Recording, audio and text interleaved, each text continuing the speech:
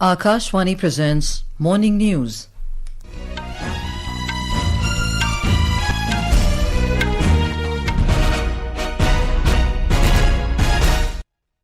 Good morning, I'm Anuja Kumar. The headlines. Prime Minister Narendra Modi says reforms are not compulsion but a commitment and conviction for government, asserts its policies are pro-people, pro-growth and pro-development. Home Minister Amit Shah hails West Bengal government for handing over 1,129 acres of land to BSF and SSB for India-Bangladesh border fencing within 45 days of coming to power. India and Nepal reaffirm commitment to strengthen bilateral cooperation in border management and security. BRICS Tourism Ministers adopt Jaipur Declaration, focusing on sustainable tourism, AI integration and seamless travel. Indian women's doubles pair of Treesa and Gayatri Gopichand to take on top seed Chinese duo in semifinals of BWF World Championships in Delhi. And in Hockey World Cup, Indian men's team to begin their second stage campaign against hosts Netherlands at Amstelveen this evening. And now the news in detail. Prime Minister Narendra Modi has said that reforms are not a compulsion, but a commitment and conviction for his government, and that its policies are pro-people, pro-growth and pro-development.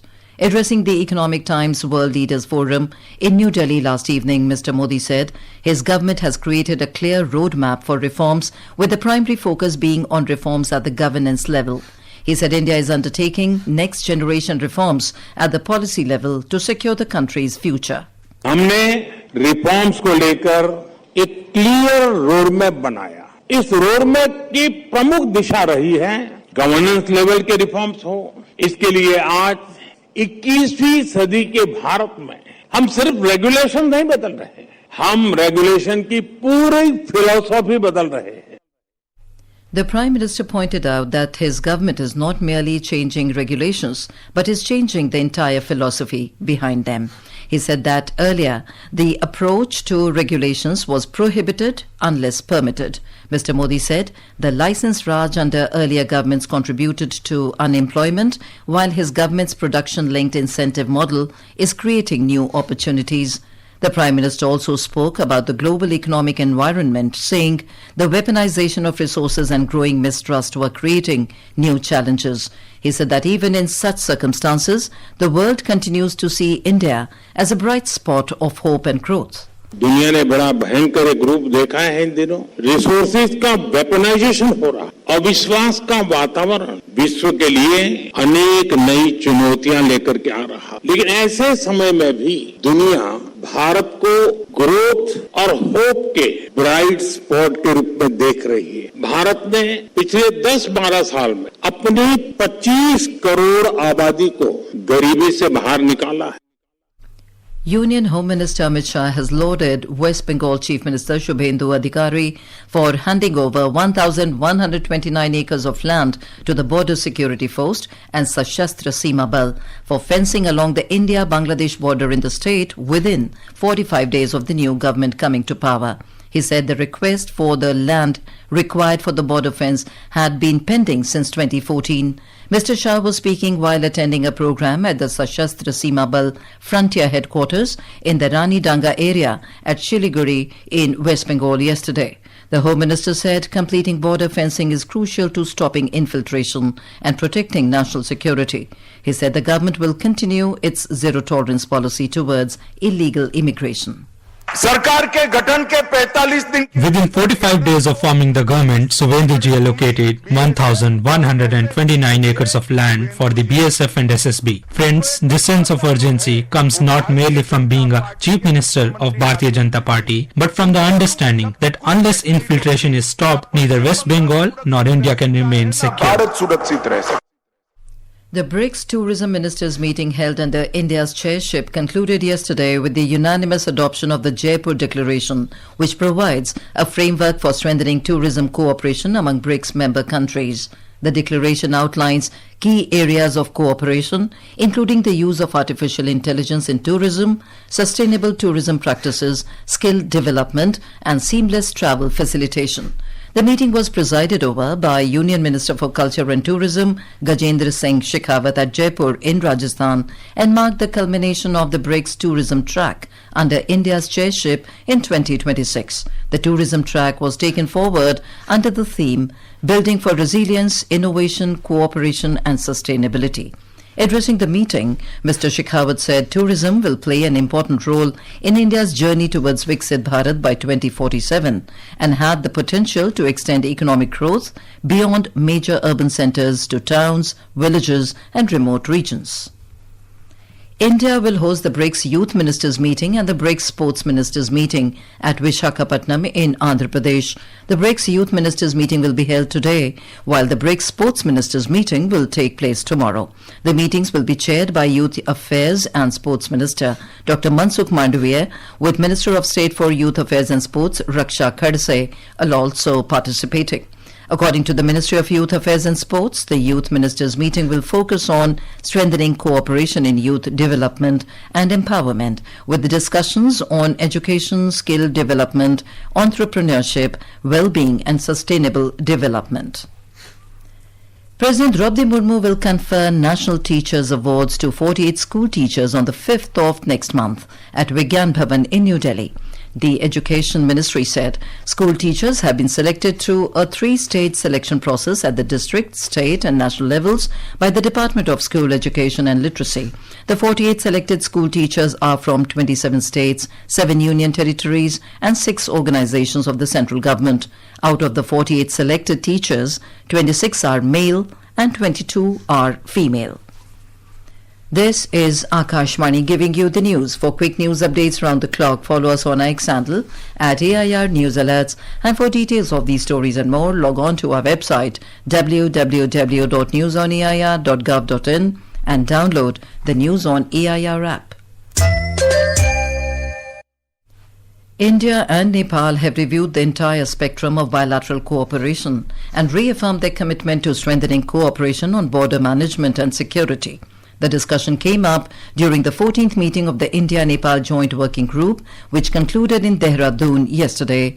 More from our correspondent. Discussions covered measures to address trans-border crime and criminal activities and strengthening effective utilization of border infrastructure, particularly integrated checkposts, roads and railway networks. The two sides also discussed the removal of encroachment and maintenance of boundary pillars. They exchanged views on strengthening institutional coordination and capacity building across various sectors and agreed to sustain engagement in these areas. Both sides also agreed that the next meeting of the Joint Working Group will be held in Nepal at a mutual convenient date. Ishani Yadav, Akashvani News, Delhi. India and the UK have agreed to expand bilateral exchanges between the armed forces of the two countries through joint exercises, training and capacity building, as both sides held a key dialogue in Delhi. Defence Secretary Rajesh Kumar Singh co-chaired the 25th India-UK Defence Consultative Group meeting with Permanent Under-Secretary for Defence of UK, Jeremy Pocklington, in the national capital. During the meeting, both the countries reviewed the ongoing defence industrial cooperation with emphasis on research and development through the India-UK Vision 2035 and the 10-year Defence Industrial Roadmap. Ministry of Defence said both sides acknowledged the robust maritime security collaboration in the Indo-Pacific, including establishment of the Regional Maritime Security Centre of Excellence under the Indo-Pacific Oceans Initiative. The government has said that a total of 29 foreign direct investments, FDI, have been reported under the revised framework as of the 20th of this month, involving proposed FDI of more than 4,800 crore rupees. These investments span a range of sectors, including information technology, artificial intelligence, information and communication, manufacturing, pharmaceuticals, data centers, and transport services, among others. In Kerala, the 72nd Nehru Trophy boat race will be held today at Punnamada Lake in Allappuzha. The prestigious annual event will witness fierce competition among traditional snake boats. More from our Thiruvananthapuram correspondent. A total of 71 boats, including 22 Chundanvallams or traditional snake boats, will compete in today's Nehru Trophy boat race at Punnamada Lake in Alappuzha. The Nehru Trophy is one of Kerala's major sporting and cultural events, attracting visitors from across the country and abroad. Boat race enthusiasts, including foreign tourists, have already arrived in Alappuzha for the event. A local holiday has been declared today for government officers and educational institutions in Alappuzha district. With the boats, oarsmen and supporters are all set, Alappuzha is gearing up for another spectacular edition of Kerala's iconic water festival. Smidhi M. Palluruthi, Akashvani News, Thiruvananthapuram. On to sports. In the BWF Badminton World Championships, the Indian women's doubles pair of Treesa and Gayatri Gopichand will take on top seeds Liu Shengshu and Tang Ning of China in the semifinals at the Indira Gandhi Indoor Stadium in New Delhi today. The Indian duo stormed into the semifinals yesterday, defeating fourth seeds Jia Yi Fan and Zhang Shu Xian of China. With this victory, Treesa and Gayatri have assured India of a coveted medal at the prestigious championship. In FIH Hockey World Cup, Indian men's team will begin their second stage campaign against host Netherlands today at Amstelveen. The match will begin at 7:30 p.m. Indian Standard Time. India secured second place in Pool D with a convincing 5-3 victory over Pakistan. The win was particularly significant as India displayed greater attacking fluency and finished the pool stage on a strong note. India will now join England at the top two teams from Pool A in Pool E. The top two teams from Pool E will qualify for the semi-finals. Unlike England, India will not carry any points into the second stage and will have to start afresh today against a strong Netherlands side. Ace Indian javelin thrower Neeraj Chopra finished second at the Lausanne Diamond League with a season-best throw of 88.05 metres, just 9 centimetres behind Sri Lanka's Ramesh Taranga Pathirage, who won with 88.14 metres. The two-time Olympic medalist Chopra's 88.05 metre throw marked a strong return to the 88-metre range after a difficult start to the 2026 season. Pathirage reclaimed the lead with his third attempt, and neither athlete could improve their marks in the remaining rounds. Anderson Peters finished third with 86.69 metres, while Kishon Walcott took fourth with 83.71 metres. The IMD has forecast heavy to very heavy rainfall over East Madhya Pradesh today. Heavy rainfall conditions are also expected to prevail over the northeastern parts of the country, including Assam, Sikkim, Meghalaya, Nagaland, Manipur, Mizoram and Tripura till tomorrow. According to the IMD, similar weather conditions are expected to prevail over Delhi, Punjab, Haryana, Chandigarh, Bihar, Chhattisgarh, Himachal Pradesh, Jammu and Kashmir. And now for a look at today's newspapers, it's over to Tanvi Khurana. Thank you, Anuja. The Statesman quotes Prime Minister Modi's address at a World Leaders Forum unveiling the next generation roadmap, asserting that India has emerged as a bright spot for global growth. The Asian Age mentions about the Prime Minister urging the CEOs of space startups to find new uses for tech and make lives easier. A top front page headline in Hindustan Times states biggest El Nino in over a century to dial up global heat and could push 2027 as the hottest year ever recorded globally.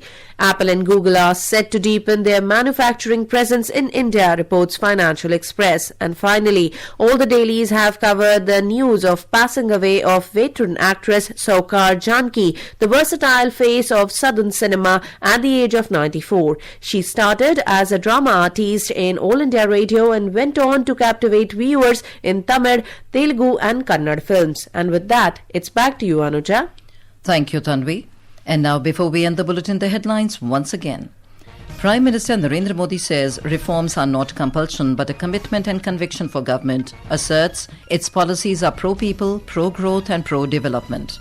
Home Minister Amit Shah hails West Bengal government for handing over 1,129 acres of land to BSF and SSB for India-Bangladesh border fencing within 45 days of coming to power.